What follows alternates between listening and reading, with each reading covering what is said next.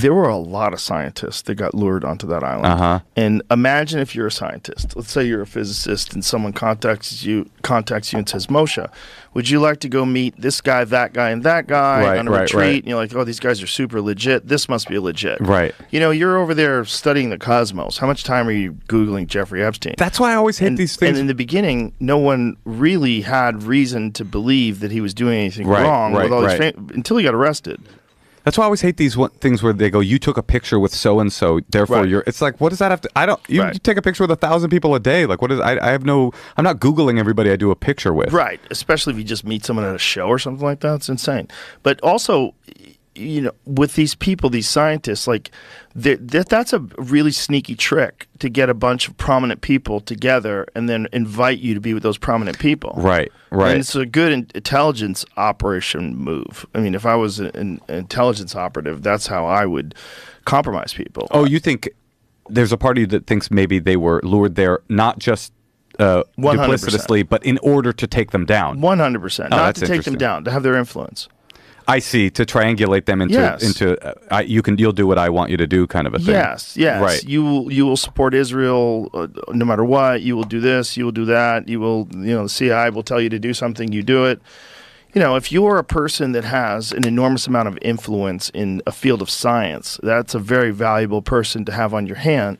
If you ever have something where someone has to speak to the general public. Right. You get this expert, and this expert has an opinion that's very different than some other people's opinions, and they say, well, then they promote that opinion. This is the person.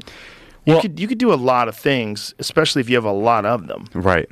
So an island's worth? Yeah, and then you also keep them from criticizing you. You keep them from talking about it. You essentially muzzle them to this very complex sort of scheme that was running where they were compromising. That's all what you of think these Epstein's people. Island was about. 100%. It wasn't like a hedonistic playground. It was actually like he was an intelligence agency agent, most likely. Most likely. Well, Ghislaine Maxwell, her father was an intelligence operative. And he was the one who apparently had trained Epstein, supposedly. The whole thing is very convoluted because it's very difficult. The story's filled with very wealthy, powerful people who have done a fantastic job of keeping themselves from getting arrested. It's pretty wild, like how this has been out in the open. Just the murder of Epstein, which seems to be a murder, doesn't seem to be a hanging. You ever got upset you weren't invited? No, pretty happy because you might have gone. I would have gone if I didn't know. If you get an email, dude, we got an island. It's really fun. Especially pre-Google. Oh yeah, pre-Google. You're like, hey, do you want to go hang out with Stephen Hawking on an island? You're like, holy shit. But I did used to think, back to the Hawking thing, that I don't know, like the universe gave him to us in this weird way. Like, here's this mega brilliant genius. I'm not like a big deist in that way, but I think, what are the odds that the smartest man ever to get Lou Gehrig's got to live long enough to give over the full bulk of his genius? There's something very beautiful and interesting about that to me. Well, yeah, that's a good point, that guy who had so much to give lived so long with a disease that kills so quickly. Yeah. I mean, he was apparently he was paralyzed. He couldn't move, but he could feel. So that's why he liked girls. Yeah. And there's a crazy article, and I forget what Variety maybe. No, I forget the magazine, but they were talking about he was like a frequent visitor to strip clubs. Right. He would go to like swingers places. Imagine being the stripper when Hawking comes in. She probably didn't know who he is. Yeah.